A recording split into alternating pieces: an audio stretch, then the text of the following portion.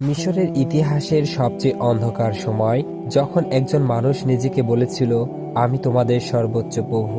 সে ছিল ফেরাউন। জুলুম, অহংকার আর নির্যাতনের জীবন্ত প্রতীক। শিশুদের হত্যা করা হতো, মায়েদের বুক খালি করা হতো, আর মানুষ কাঁপত তার নাম শুনেই। কিন্তু অবাক করা সত্য হলো, এই ভয়ঙ্কর শাসকের প্রাসাদেই বাস করতেন এক নারী, যার হৃদয়ে রাজত্ব করতেন একমাত্র আল্লাহ। তিনি হলেন হযরত আসিয়া আলাইহিসসালাম।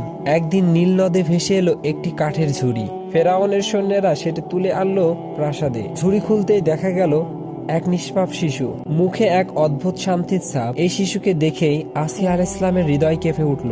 তিনি ফেরাউনকে বললেন, এই শিশু আমার ও তোমার চোখের শীতলতা, তাকে হত্যা করো না। আল্লাহর পরিকল্পনায় যে শিশু ফেরাউনের ধ্বংসের কারণ হবে, সেই শিশু বড় হলো ফেরাউনের প্রাসাদে। এই শিশুই ছিলেন হযরত মুসা আলাইহিসসালাম। জুলুমের প্রাসাদে ঈমানের আলো, ফেরাউনের প্রাসাদে ছিল কুফর আর অহংকারে ভরা।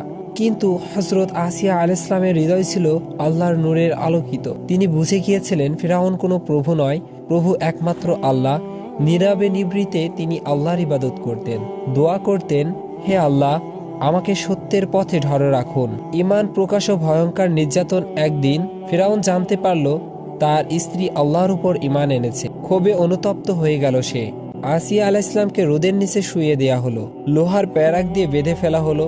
ব্যথা, কষ্ট, নির্যাতন সবকিছুর মাঝেও তার মুখে কোনো অভিযোগ নেই, বরং তিনি আকাশের দিকে তাকিয়ে বললেন, হে আমার রব, আপনার কাছে জান্নাতে আমার জন্য একটি ঘর তৈরি করে দিন, আর আমাকে ফেরাউন ও তার কাজ থেকে রক্ষা করুন। সূরা তাহরিম 11।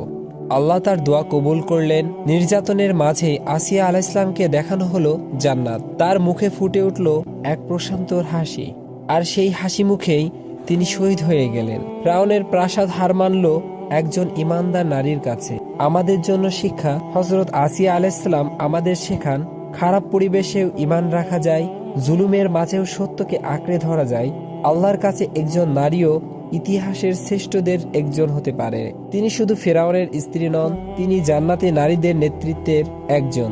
এই গল্প যদি আপনার হৃদয় স্পর্শ করে, তাহলে লাইক দিন, শেয়ার করুন এবং ইসলামিক গল্প পেতে চ্যানেলটি সাবস্ক্রাইব করুন।